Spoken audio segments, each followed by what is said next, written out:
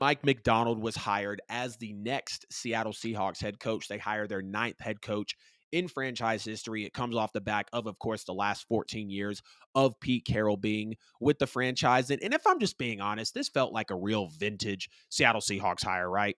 This guy was a former defensive coordinator at Michigan. We know Seattle loves their defense. Look at what Pete Carroll was when he came in. He's the youngest coach in NFL history at 36 years old. We know he had a role in those early UGA defenses in UGA defenses in the early 2010s, being the defensive quality control coach, being some assistant coach is as well. And now he was with the Ravens for 6 years before going to the defensive coordinator position at Michigan, like I just mentioned. He led arguably the best defense in the NFL the last 2 seasons. And this guy is young. A lot of people were saying Pete Carroll, 72 years old, has a game moved past him? Does he have the right mindset to be able to get the Seahawks to success? We saw what he kind of did with um, Geno Smith, but we're also going to give some of that credit to Shane Waldron because he was at that offensive coordinator position. We know Pete is defense, defense, defense. He had the number one defense in points for 4 straight years. That was the Legion of Boom. That was the Pete Carroll era that we came to know and love.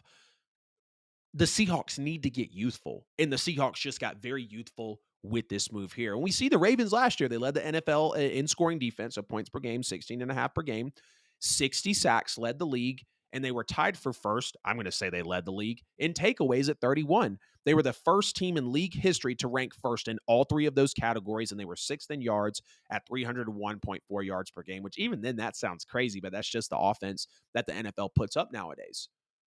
Don't that sound like a not prodigy of Pete Carroll, but that sounds like something Pete Carroll did back in the day. He is responsible. He is getting all that credit for the best defense in the NFL over the last 2 years. Nobody allowed more points than them. Nobody got to the quarterback and sacked the quarterback more than them. And nobody took the ball away more than them. First team in league history to rank first in all three of those categories. That just screams Pete Carroll-esque to me.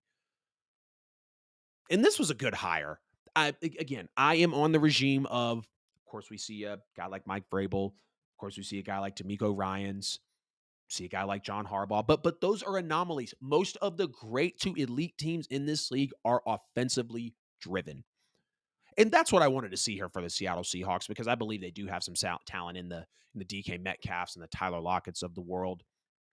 Geno Smith could very well bounce back, but I believe that was just more of a comeback player of the year scenario. Now he could bounce back, but I don't necessarily, see it here. Seattle's been loyal to Pete Carroll, for the last 14 years. So they really went out and hired someone that was very similar to him, just with no head coaching experience. And we know that there's always a gamble in that. I'm not going to be upset at Seattle for going out and getting a guy that doesn't have any head coaching experience because you got to start somewhere. And his track record over what he's done, again, former DC at Michigan, played a role in those early 2010s defenses with Georgia. We remember the guys that were over on those squads in the terms of Jarvis Jones and the other great pass rushers and cornerbacks that were present on those teams.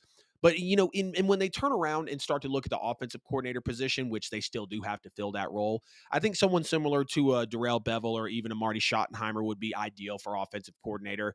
Those were the best offenses in recent memory, came under those guys, and of course Shane Waldron as well. And they do have a good history of offensive coordinators hires lately, so I do give them faith that they will be able to bring in the right staff. Mike Macdonald will pinpoint the right guys, and there was a couple of teams that Mike Macdonald could have went to. There was the rumors of the Commanders.